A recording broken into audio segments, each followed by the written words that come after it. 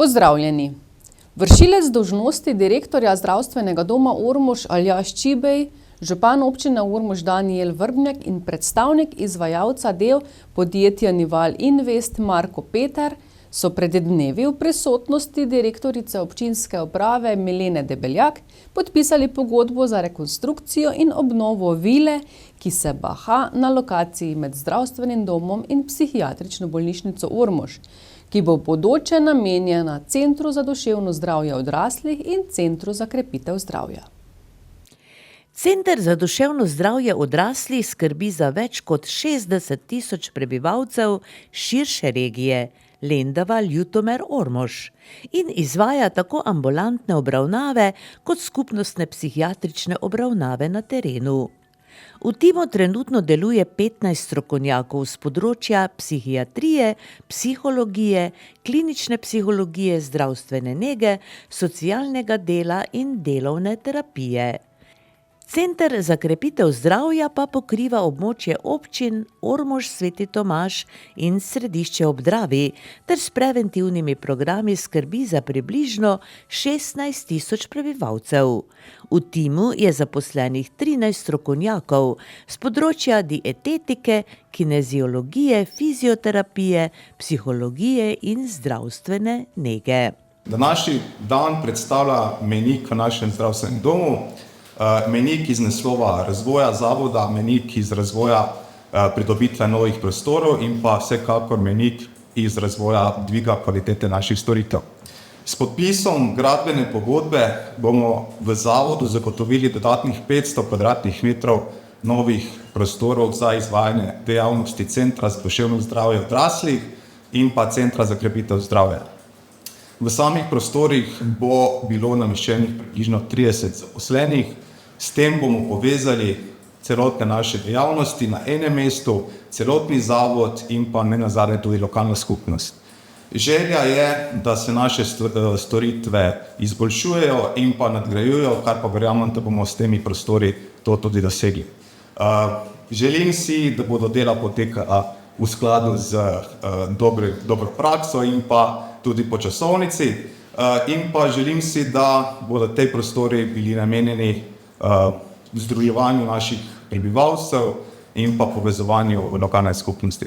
V letu 2024 je v obravnavo samo z področja duševnega zdravja vključenih več kot 2000 pacientov, kar potrjuje pomen regijskega centra za duševno zdravje.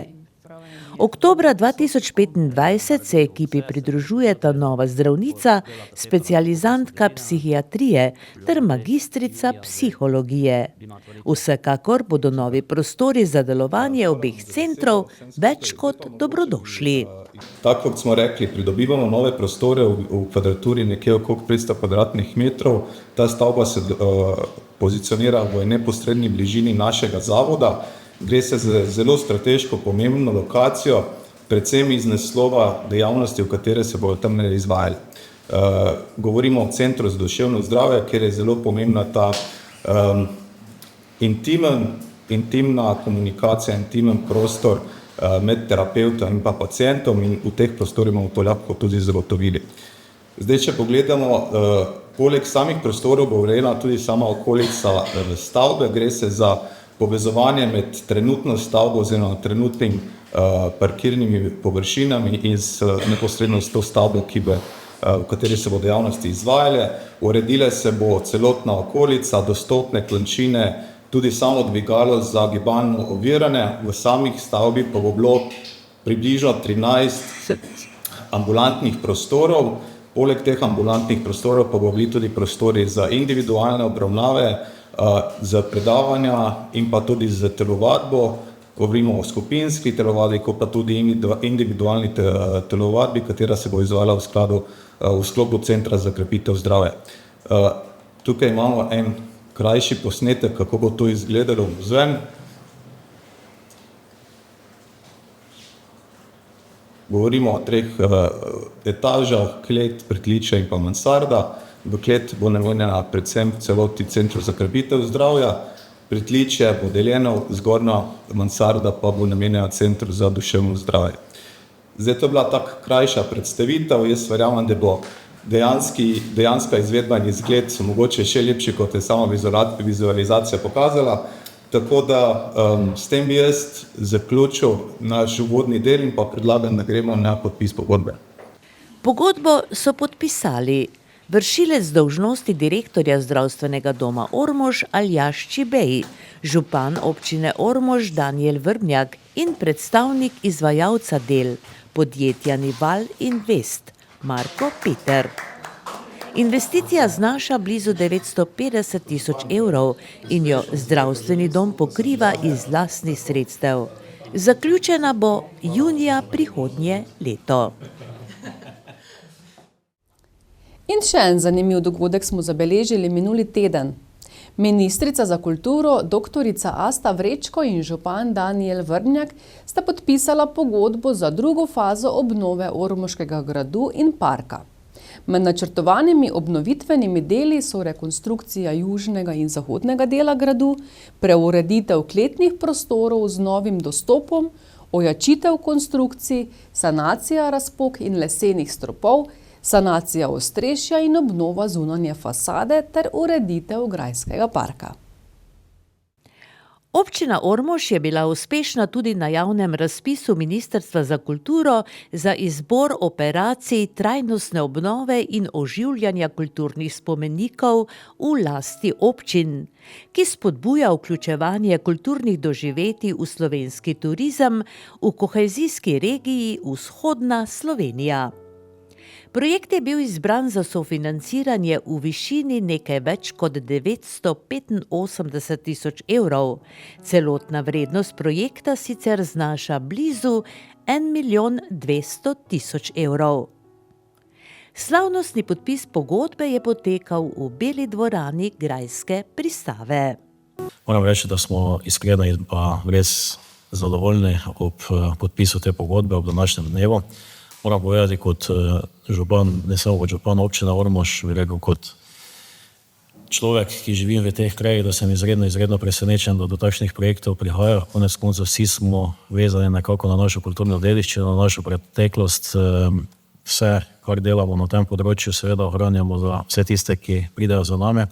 Še kar pa se mi zdi zelo pomembno, pa je to, da je minister za kulturo prisluhnilo, da tudi uživljamo vso to našo kulturno dediščino. Moram reči, da bomo z tem projektom in pa z vsemi projekti, moram se zahvaliti za vse projekte, ni ta edini projekt, kjer je Ministrstvo za kulturo v zadnjem času spodbudilo, nekako sofinanciralo pri vsej našem udejstvovanju, ampak gre že za vrsto projektov, s katerimi smo res sistematično pristopali k revitalizaciji, k uživljanju vsebin v našem Ormoškem gradu, našem grajskem parku.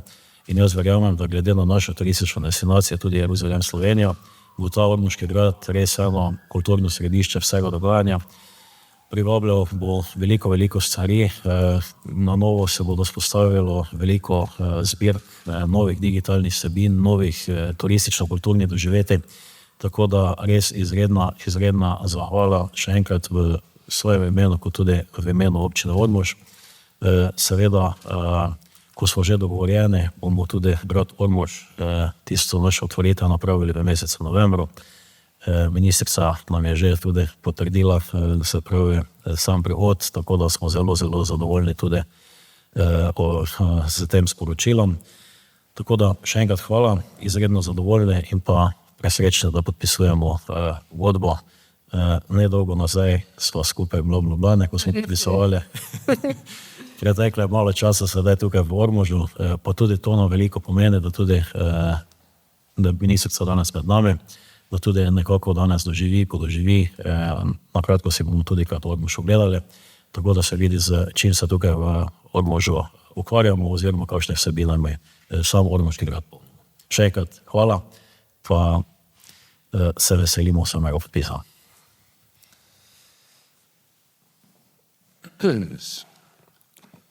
Ja, hvala lepa tudi v mojem imenu in za gostoljubje.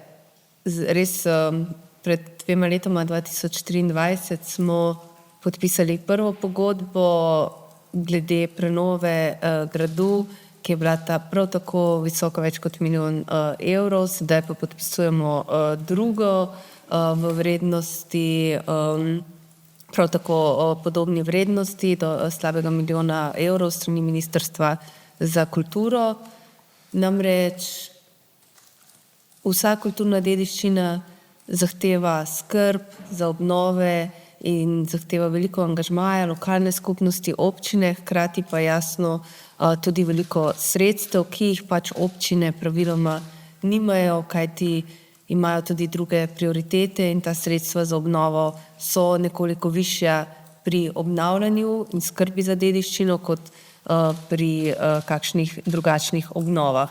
So pa zaradi tega toliko bolj pomembna, ker gledamo nazaj, ohranjamo tradicijo, se učimo pravzaprav iz gradnje, iz zgodovine in obnavljamo trajnostno in pa s pogledom za prihodnost. In res zelo pomembno je, da vsa dediščina živi s skupnostjo, ki jo upravlja, v tem primeru seveda tako muzej kot občina, kajti da na ta način se projekti tudi gradijo in to kaže angažma lokalne skupnosti tudi v tem primeru, ker se je prvi zelo obsežen, pomemben projekt, tudi ne enostaven, nadgradil s tem drugim tako zahtevno prijavo, kot seveda tudi izvedbo, ki ni neka hitra, ampak zahteva premislek in pa veliko dela in seveda vsega, kar pač tukaj se pojavi in pride naproti.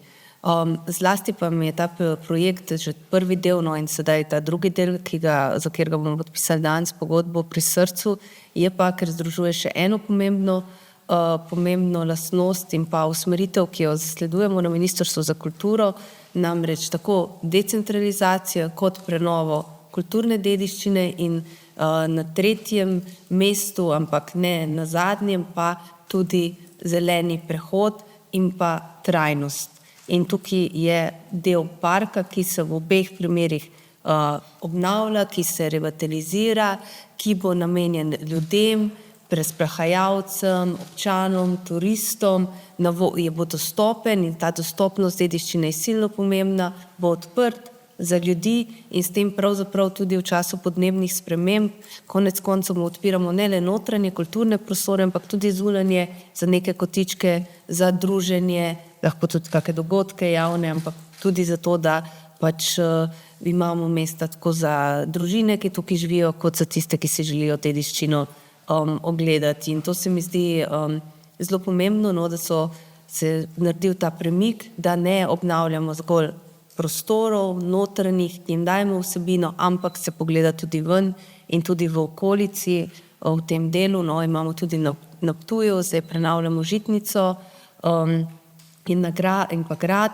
in kar zaradi seveda tudi tega, kar je bilo žal 2 leti nazaj s poplavami, se sanira grajski grič in pa park.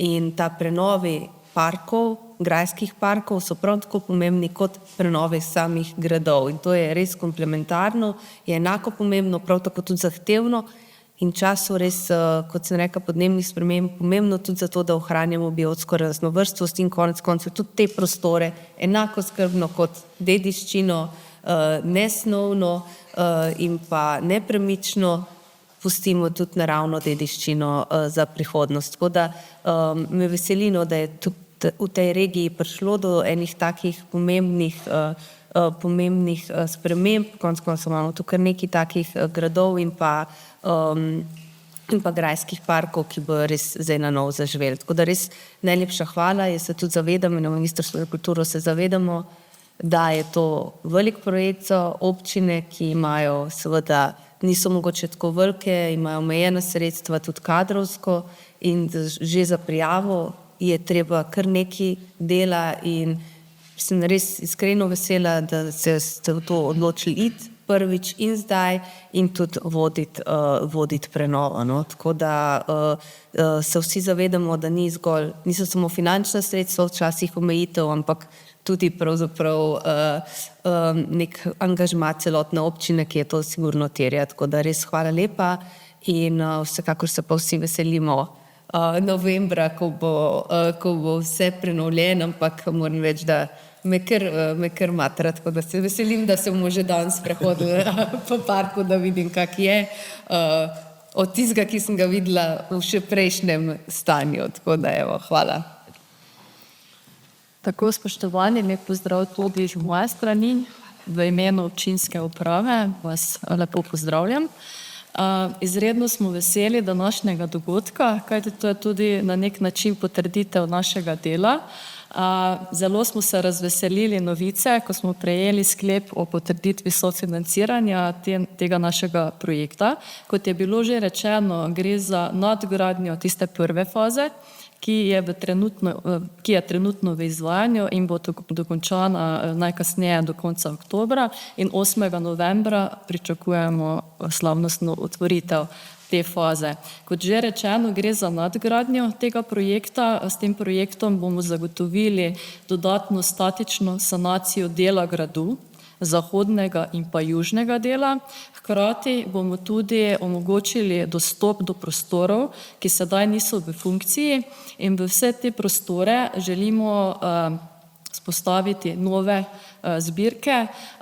Pri teh zbirkah nam je seveda izredno v pomoč naš pokrajinski muzej Ptuj-Ormož, ki nam torej vsebinsko pomaga pri vseh teh vsebinah. Hkrati pa bodo vse te zbirke opremljene z najsodobnejšimi opremami, kar se tiče področja digitalizacije. Bo pa tudi digitalizacija na način, da bo dostopna tudi vsem ranljivim skupinam. Kajti te ranljive skupine so v družbi zelo pomembne in jim želimo zagotoviti enake možnosti. Torej, da je kulturna dediščina dostopna enako tudi njim. In poleg trajnostne obnove, zelene obnove, nam je tudi ta aspekt izjemno pomemben, da dejansko ponudimo vsej družbi na razpolago torej to našo kulturno dediščino. Potem uredili bomo tudi fasado celotnega gradu in pa še preostale dele parka, ki zdaj v tej prvotni fazi niso bili urejeni, da dejansko zaključimo, se pravi z ureditvijo vseh potk, potem urbane opreme, potem ureditvijo dreves, ki so potrebne obnove, ali pa dejansko nove zasaditve, tako da bomo novo življenje dejansko v sam park vrnili in da dobi park svoj sijaj, ki si ga dejansko zasluži. Po podpisu pogodbe, ki sta jo podpisala župan občine Ormož Danijel Vrbnjak in ministrica za kulturo Republike Slovenije, doktorica Asta Vrečko, so se vsi skupaj odpravili na ogled gradu.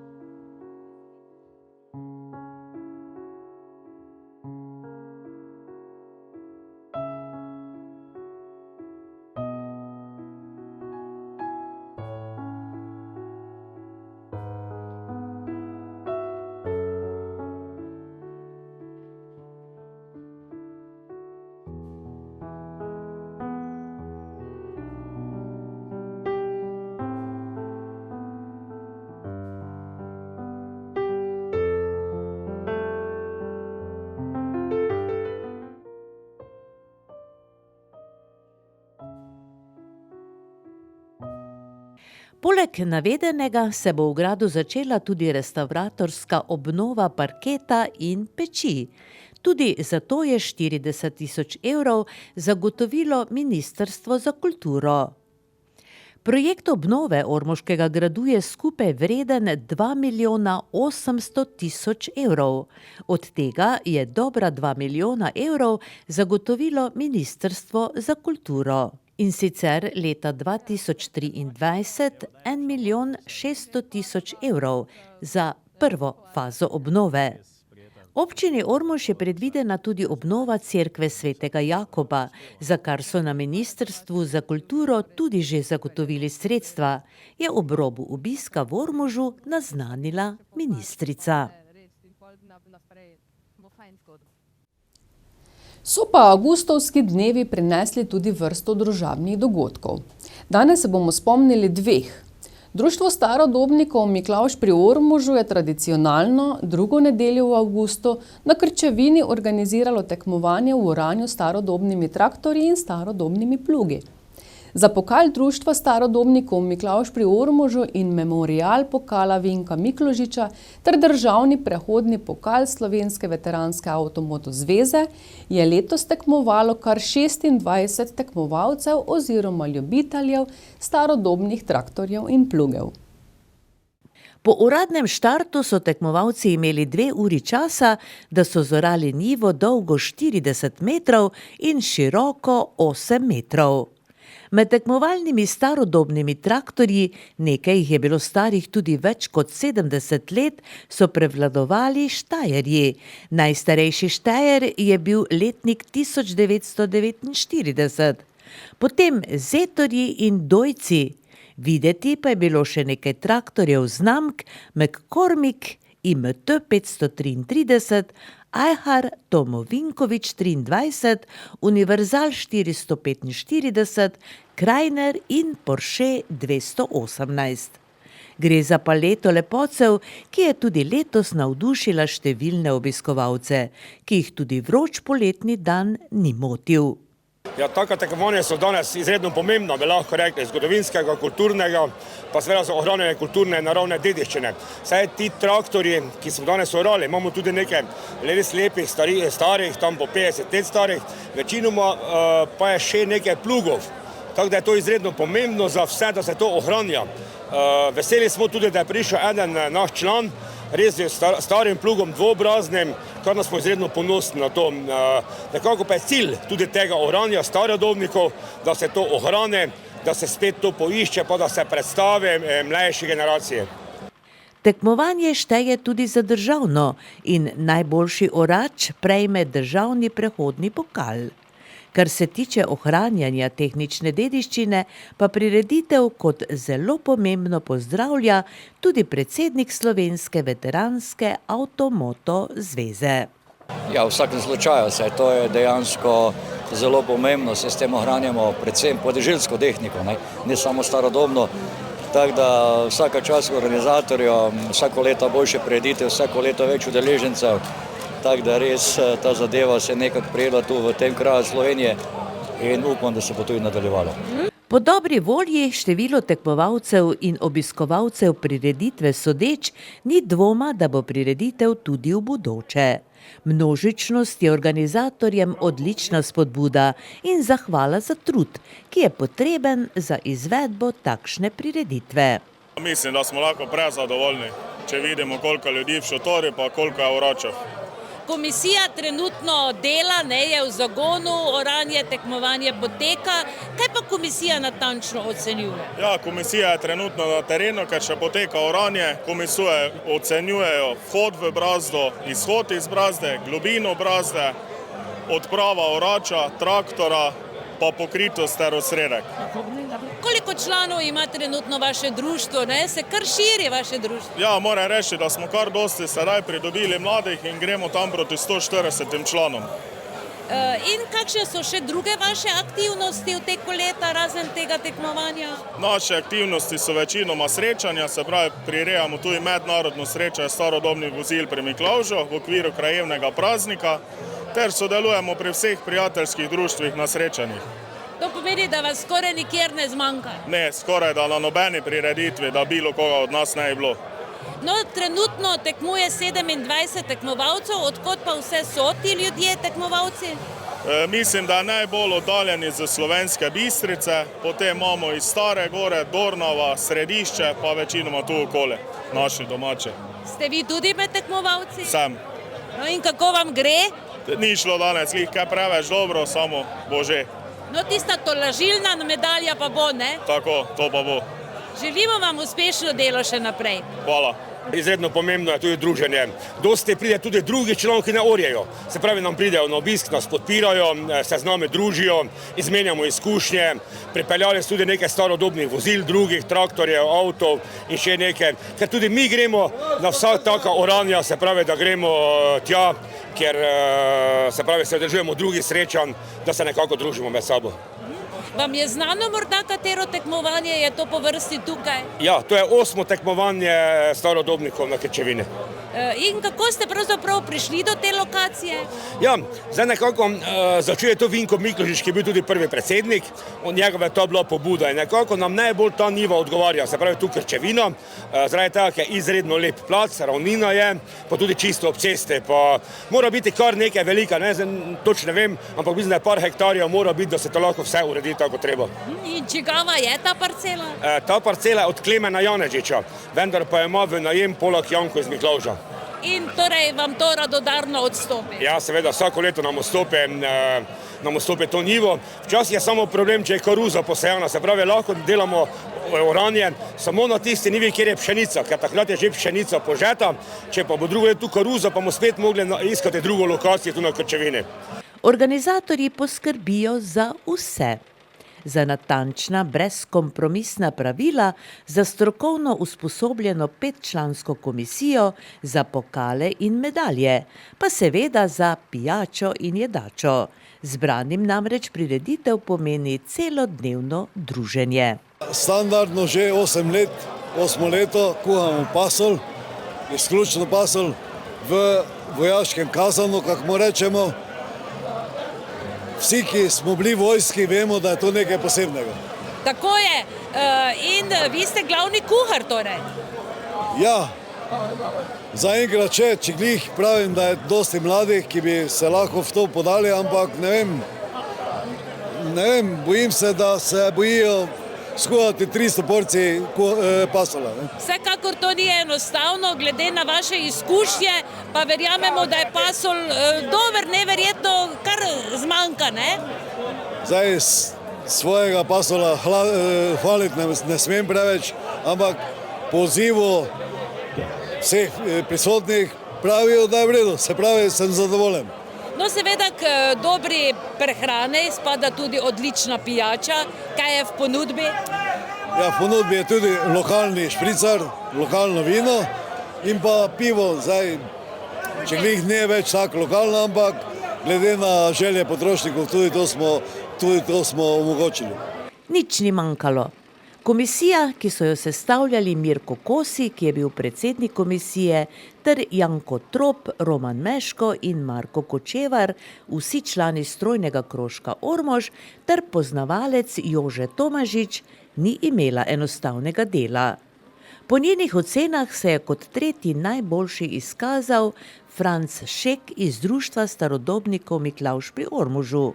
Drugi je bil Gabriel Veldin iz kluba traktoristov Središče ob Dravi.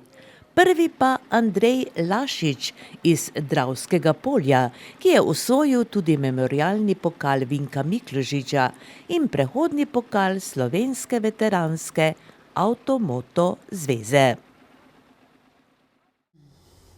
V tem času se naokrog veselo klopotajo klopotci, ki naznanjajo čas zoranja grozdja in trgatev. Tudi v Ormožu nad Mestnim vinogradom ga imamo. V organizaciji oddelka za upravljanje z občinskim premoženjem na občini Ormož so postavitev izpeljali člani turističnega društva Podgorci, Ormoški gasilci in Martin II. Ormoški. Piko na i, kot boste videli, pa je dodal tudi župan Danijel Vrbnjak. Toliko let, Bog nam daj na svet živi. Živijo, živijo, živijo na svet. 300 kapljic, 300 let, Bog nam daj na svet živi. Živijo, živijo, živijo na svet. naj bo stara ali pa mlada, vsaka ima fanta rada. Živijo, oj, živijo, oj, živijo na svet. Kdor pa kislo se drži, ta za našo družbo ni. Živijo, oj, živijo, oj, živijo na svet. Kolikor kapljic, toliko let, Bog nam daj na svet živet. Živijo, oj, živijo, oj, živijo na svet. Kot veleva tradicija so na dan Marijinega vnebovzetja 15. avgusta tudi v ormoškem mestnem vinogradu postavili klopotec. Začeli so s pesmijo v izvedbi ljudskih pevcev Kulturnega društva Podgorci. Uradni del dogodka je potekal ob vznožju vinograda. Zbrane je najprej pozdravil župan Danijel Vrbnjak, ki se je za odlično negovan mladi mestni vinograd zahvalil občinskemu režijskemu obratu in Martinu II. Ormoškemu, ter pojasnil, da so se stekleničke šipona, ki zori v mestnem vinogradu, v teku let izkazale kot dobrodošlo protokolarno darilo, ki ga občina podarja zelo preudarno. Nato je stanje in dosedanje delo v vinogradu opisal Martin II. Ormoški, ki ga pooseblja Stanko Rakuša. Pravi, da vinograd dobro uspeva in da bi letos že lahko bilo več kot 160 kilogramov pridelka. Ni se govorilo veliko. Kmalu so se zbrani ob zvokih ljudskih godcev Kulturnega društva Podgorci odpravili na vrh vinograda. Delo je bilo potrebno opraviti.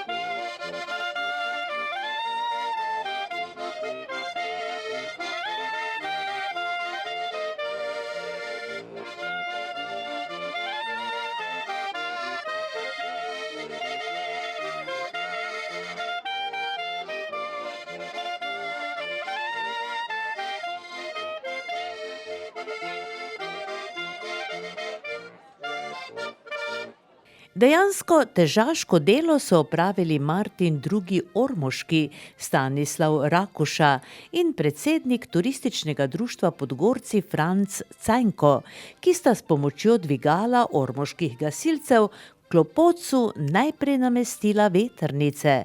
Župan Danijel Vrbnjak pa je bil zadolžen, da v spremstvu Martina II. Ormoškega namesti babo in deda, ki plešeta na vrhu klopotca, kar je tudi ena izmed značilnosti klopotcev v Prlekiji. Župan, kako je šlo? Vse na mestu, kot je videti, ne? Hvala Bogu, vse na mestu, mi smo zdole, nobeden ni ostal gore, tako da klopotec klopota, tako da to je najbolj važno. Sedaj imate že kar veliko prakse, ne, s postavljanjem klopotcev. Ja, zdaj smo že, bi rekel, po domače sprifani, ampak vedno še se kakšna zagata najde. Tako da vsako leto je prav izziv za to. No, kot vidimo, vinograd lepo napreduje, ne, je to, kar si želite? Ja, moram reči, da je letos res kvalitetno, je v dobri kondiciji, tudi grozdje je lepo zdravo, moram reči, lepo rodi. Če bo tako ostalo, smo lahko zelo srečni.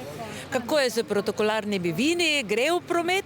Moram reči, da že celo gostje sprašujejo, tako da se je zelo lepo prijelo. Pa ena zelo lepa promocija, ne, konec koncev, tako kot je bilo že spodaj povedano, imamo svoj mestni vinograd, imamo svoje običaje, ki ga tukaj nekako udejstvujemo vse te običaje, potem pride to protokolarno vino, tudi konec koncev sorta Šipon, ki promoviramo, naša destinacija Jeruzalem Slovenija vseeno poznana po sorti Šipon in to je tisto, kar eno z drugim daje zgodbo. Pa ga je dovolj, recimo, za vsa ta darila, ki jih želite dati nekomu? Izbiramo, je res, pri teh darilih, pri tem protokolarnem vinu, tako da to damo res, bi rekel, prestižnim ali pa vsem tistim, ki nam pomagajo pri takšnih drugih opravilih oziroma delu, tako da drugače pa pridemo skozi, no. Zlata trsna rumenica, ki se je leta 2021 kot kuga razširila po vinogradih Ljutomersko-Ormoških goric, ni prizanesla niti še ne takrat 4 leta staremu mestnemu vinogradu Šipona v središču mesta. Okužena je bila več kot polovica trt, zato jih je bilo treba uničiti. A skrbniki niso obupali. Aprila 2022 so zasadili novih 200 trt Šipona in zgodba ormoškega mestnega vinograda se nadaljuje. Še pred boleznijo sta v mestnem vinogradu bili 2 trgatvi. Letos bo v na novo zasajenem mestnem vinogradu 3. trgatev. Pridelek izgleda dobro. Ja, kaj sem jaz to zdaj spremljal večkrat, še danes sem tudi malo šel po vinogradu. Pridelek je kar dober, odlično vzdrževane, jaz mislim, da bo kar koliko toliko količinsko dobra letina. Zdaj še vprašanje samo te vročine, če bo kaj spremenila samo grozdje. Jaz upam, da bo vse v redu. In koliko bi predvidoma lahko naprešali? Ja, po moji predvidevanji, jaz mislim, da bo enkrat več kot lani. To pa je? Ja, krog 160, mislim, da je maksimalno 200 litrov. Ja. Kvaliteta pravite, da bo dobra, kdaj pa bi lahko bila trgatev? Ja, po mojih predvidevanjih danes sem si malo meril sladkor, jaz mislim, da pred mesec dnevi, če bi hteli tako kvaliteto dobiti, ne bo, kak je lani, ne. Za zaključek dogajanja ob postavitvi klopotca je sledila bogata pogostitev, ki jo je pripravilo turistično društvo Podgorci. Kaj dobrega ste pripravili Podgorčani? Čisto lokalno, od cvirkovke pa imamo še posolanke, mi rečemo. Aha, ste se to kaj posebej pripravljali na današnji dan? Ne, tu mi delamo večkrat na kakih pogostitvah. Lokalno pač mora biti pravijo, ne, te pa mi delamo tu po lokalnem, našem recepte, ja. Aha. In koliko vas je zraven, vidim, da se kar dela, ne? Ja, moraš imeti ekipo. Ekipo mora biti, da lahko to funkcionira, hitreje gre, ne? Aha. Ja, ne še en mora peči, drugi mora pripravljati, drugi trte že rezate, pa tak. No, kot smo videli, ste vi konkretno zadolženi za peko teh pogač pa pic, ne? Ja. In kako vam gre, vam je vroče? Vroče pa je nas. Vroče je, pa dobro, ki je vroče, boljšega pa če bi da šel. Dobro, vam dajo kaj za piti, se kaj pomoči? Ja, imamo mi tudi puno pijača, pa toga vsega pule, tako ni problem. Se hitro odžejemo. Ja, to je zdaj že nas, smo kar dobro navajeni, takšne stvari, tako da nemamo s tem več problemov dosti. Pa radi vaši člani pridejo zraven? Saj vidite, da ga je vsako leto vse več, od starih do mlajših, stalno najdemo dobro ekipo, tako da. Ste v Podgorcih tudi postavili kakšen klopotec? Ne, samem Podgorci ne, mi smo sicer doma prejšnji teden postavili, pač v Podgorci pa ne, zaenkrat ne. Kako je šlo danes postavljanje? Ja, malo je kar visoko gore, ni tako enostavno, kot neče to videti spodaj, ne, je pa lepo doživetje to tačno. Pa verjetno je naporno, ne glede na to, da so oziroma te vetrnice, ne, ali kako se to reče, kar dolge. Ja, dolge pa kar težke so, ni kar enostavno, neče bi se samo tak dati gor, ni samo tak. Se pravi, morate biti pravi moški, ne? Ja, vse to pa smo. Med prisotnimi so bili tudi predstavniki in direktorica občinske uprave Milena Debeljak, nekatere svetnice in svetniki občinskega sveta ter poslanec Andrej Kosi. Andrej, kaj pravite na takšno lepo tradicijo, kot je postavitev klopotca, najbrž v Ljubljani tega ni, ne? V Ljubljani tega ni, seveda je to simbol Prlekije oziroma vinorodnega okoliša v Sloveniji, predvsem na našem področju. Je simbol, ki je nekako kliče k temu, da se bo začela trgatev, torej da se bo pridelek, najbolj pomembno, torej pridelek vinogradništvo prišel in jaz upam, da bo letos res pridelek dober, čeprav naravne razmere delajo pač svoje in seveda vse vinogradniku želim res dobro letino, predvsem pa naj klopotec ožene se tisto slabo iz države stran, ne samo bolezen kot je rumenica, ne samo ptice, ki zobajo grozdje, ampak vse, kar je slabo v tej državi, da čim prej pridemo na tisto pravo in res prosim klopotca, da naj pomaga. Gotovo pa, da je zraven bila tudi vršilka dolžnosti direktorice Javnega zavoda za turizem, kulturo in šport, ki je z julijem zamenjala dosedanjega direktorja Andreja Vršiča. Pravi, da se na zavodu že pripravljajo na vse tradicionalne jesenske dogodke. Ja, seveda v Javnem zavodu se z današnjim dnem pripravljamo že na martinovanje, ki je velik dogodek v naši občini, tako da ja, danes smo veseli, da je tako lepo vreme, da je postavitev klopotca uspela, da se je veliko ljudi udeležilo tega dogodka, tako da res smo veseli. No? Kako je sicer na novem delovnem mestu, ste se že uvedli, upeljali? Ja, sem že povedala že večkrat, da imamo zelo dobro ekipo, lepo je delati z njimi, tudi občina nam je veliko pomoč, tako da ja. Boste uvedli, kar se tiče teh tradicionalnih dogodkov, martinovanja, verjetno še bo prej tukaj trgatev, ne? Boste uvedli kakšne novosti ali to vse ostaja tako, kot je?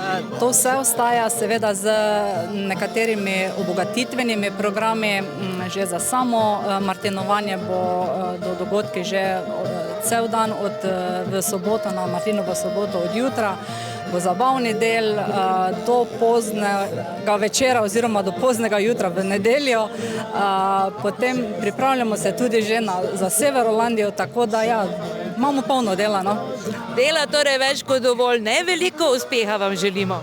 In tako se v tem času klopotec veselo oglaša tudi sredi mesta, če je le kaj vetra. Jesen ga bo gotovo prinesla dovolj, da bo zavrtel vetrnice in opravil svoje poslanstvo. To je bilo nekaj zadnjih dogodkov, nadaljevali bomo prihodnji teden.